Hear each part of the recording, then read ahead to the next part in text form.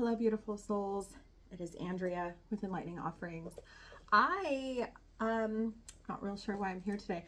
Last night I had this incredible moment that I've never experienced before, and I decided today to come on here and do something else that I've never experienced before.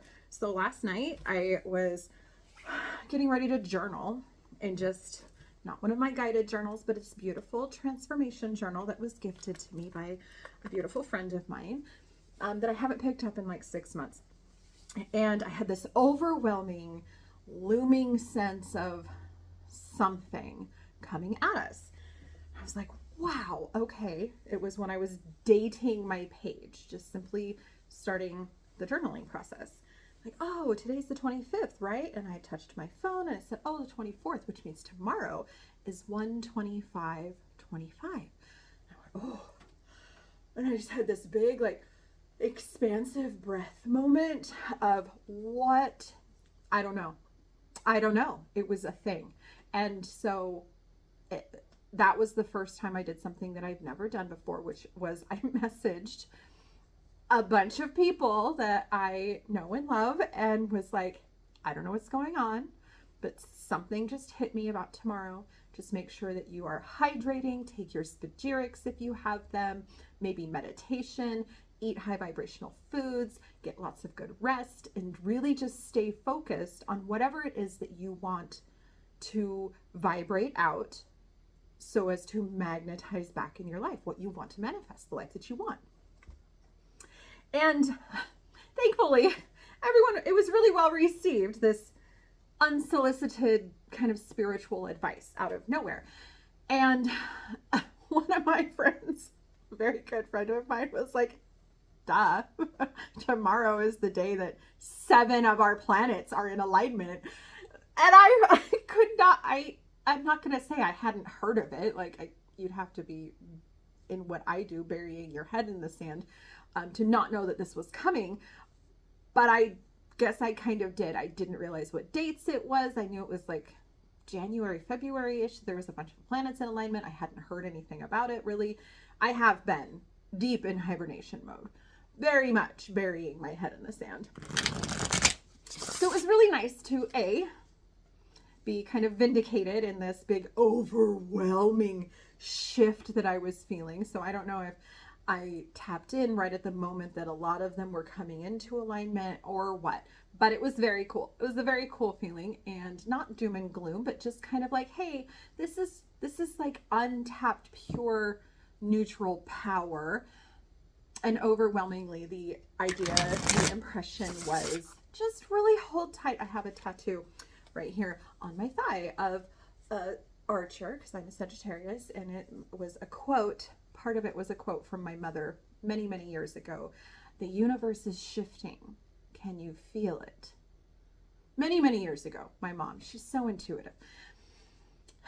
And then I added, because of the Archer, hold tight and aim true. Where do you want your arrow to go? Where do you want your power to release towards? And that's kind of the same feeling that I'm getting for right now. What is it that you truly want? Okay, what is it that we're truly trying to step into our energy for this year? So, all right. So on to, that was the first thing that I did that I'd never done before. And on to the next thing. I've never gone on and done any sort of collective reading. Not one time.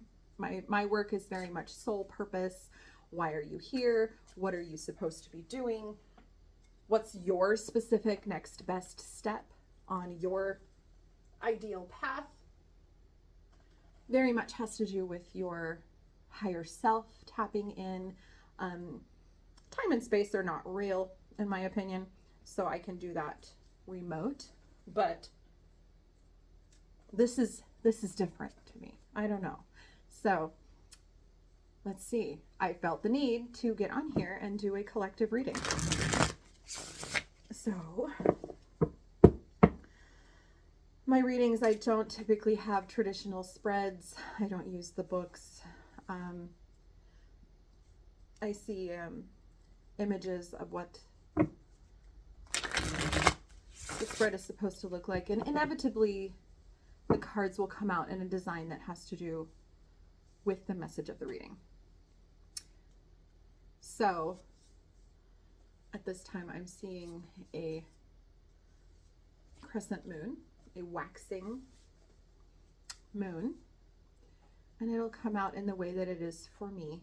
And I try not to look at the cards until they're all out, because I will start reading them preemptively. So hopefully you just want to ride along with me while I do this reading and kind of see what comes out. 5 cards. Sometimes my crescent moons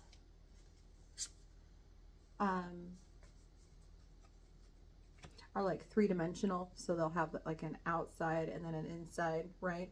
This one's just one, almost like a sliver.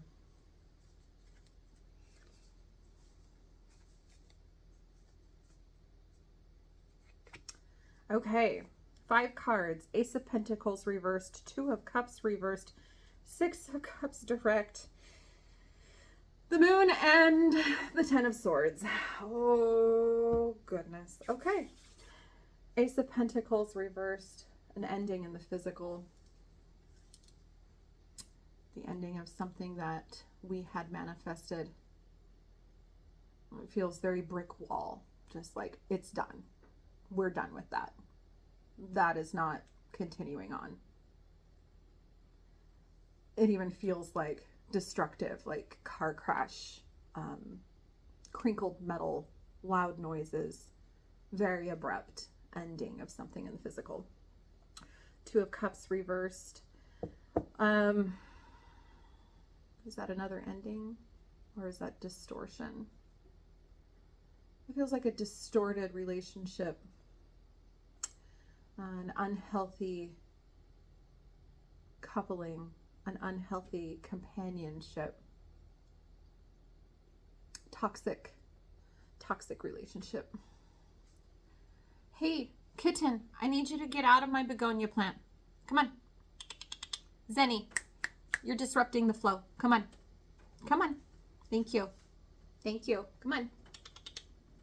Come over here. You can help with the reading. Come on. I know, you love to help with readings. Come on. There you go. Come on. Can you come help? Okay, so 2 of Cups reversed. Oh, you do want to help. Okay, good. Come on. Thank you. Say hi. Say hi to everybody.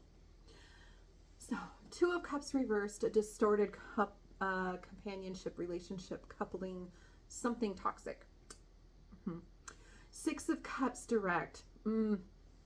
Unreasonable childhood expectations, nostalgia, wishing for something that could have been, should have been, wishing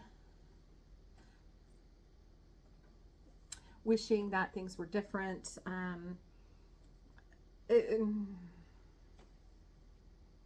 Okay, we'll come back. We'll come back through. The Moon direct, so that's good. I love this card. This one, she always looks like Michelle Pfeiffer to me. I think she's so stunningly beautiful. It is a depiction of Hecate, actually, which my decks all kind of follow the Rider-Waite-Smith style, but each one has its own flavor, right? So anyone who reads cards understands the pictures are different, a little different. This moon, this card right here is why this deck wanted to talk today. Yeah, Hecate, Queen of Witches, able to move between realms. The key holder, helping to light our way through the darkness, guide us through illusion, the illusion perhaps of that Six of Cups, helping us to see the truth and the right way forward through the dangers that lurk within and without. Ahead is the right word. Okay, and then the 10 of Swords. Okay, yeah, so that's an ending. That's pretty clear. stabbed in the back by ideas. An unwillingness to shift mindset has led down a path of stubbornness, stubborn refusal to see the truth about things, cloudy minded, outdated belief systems, things that no longer serve, that we just dug our heels into. And even at the last second when we were like, oh my God, what have I done here? We still just kind of stayed in those patterns and kept those thoughts and ideas and processes, even though we knew it wasn't serving us properly. I mean, does this at all resonate with anyone? Okay. In the collective, perhaps. Ace of Pentacles reversed, an ending in the physical realm, something that is coming to a crash and burn closure. Distorted relationships, falsehoods, toxicity in the emotional realm, perhaps being misled, lied to, underhanded dealings, things not quite turning out the way that we expected, had hoped for, had dreamt of.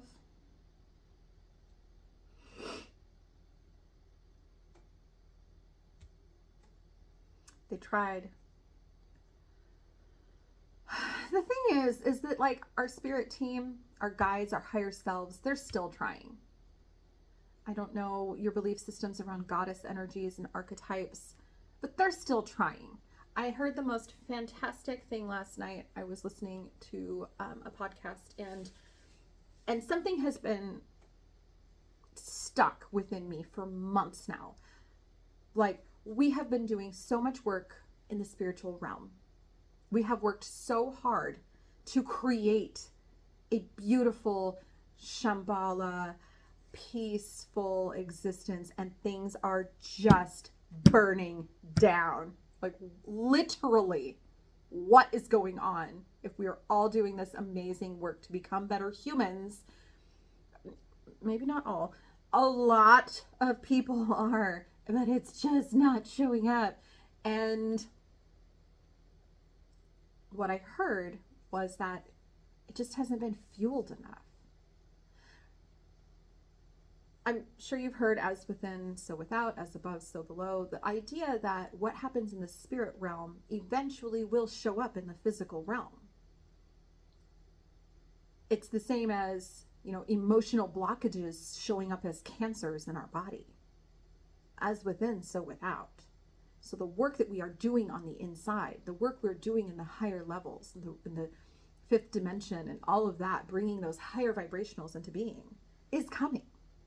We just have to fuel it more. We have to manifest it more. We have to get right with our emotions and really work through these toxic relationships where we are okay with being misled or guided wrong, being taught to fear the sacred feminine, and really tap into her. And within ourselves, whether you're in a male body or a female body, you have a sacred feminine within you. And we have been taught and programmed for decades, for millennia, for generation upon generation to ignore the sacred feminine and only keep the sacred masculine holy. And that's bullshit. It is not too late to create what we deserve and what we want. But we have to tap into that sacred feminine, and we have to allow it to flow rather than try to control it, try to mold it into exactly what we want to see. We don't really get to choose. We can do this deep work and shift things, but working as a collective, we have to allow for compromise, for looking at both sides of all situations and finding a way to come together. Because this hyper independence, this segregation has never worked.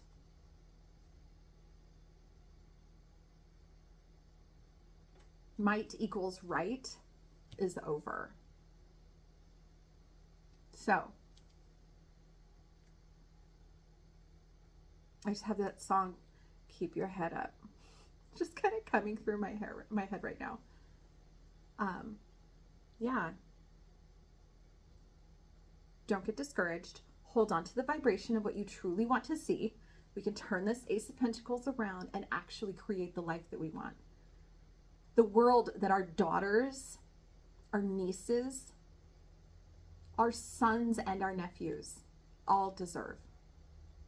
One of balance, where this is also direct, of balance between the masculine and the feminine, where we allow our femininity, our divine feminine side, to help guide our way. And it's not escaping me, this imagery that also looks very similar to the Hermit card, which we are in a Hermit year.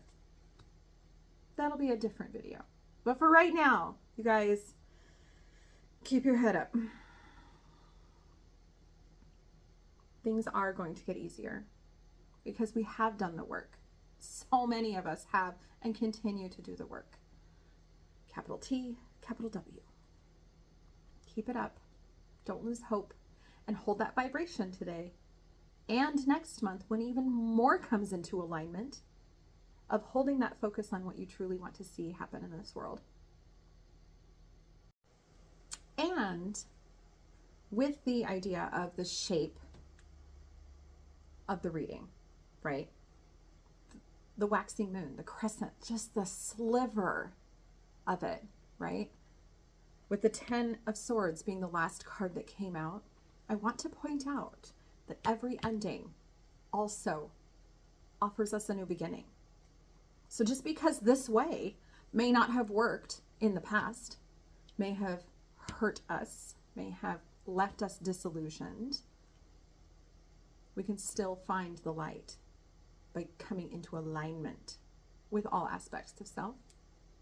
And it creates an opportunity to start new. That tiny sliver of that new moon, the new beginning, after this pretty solid ending.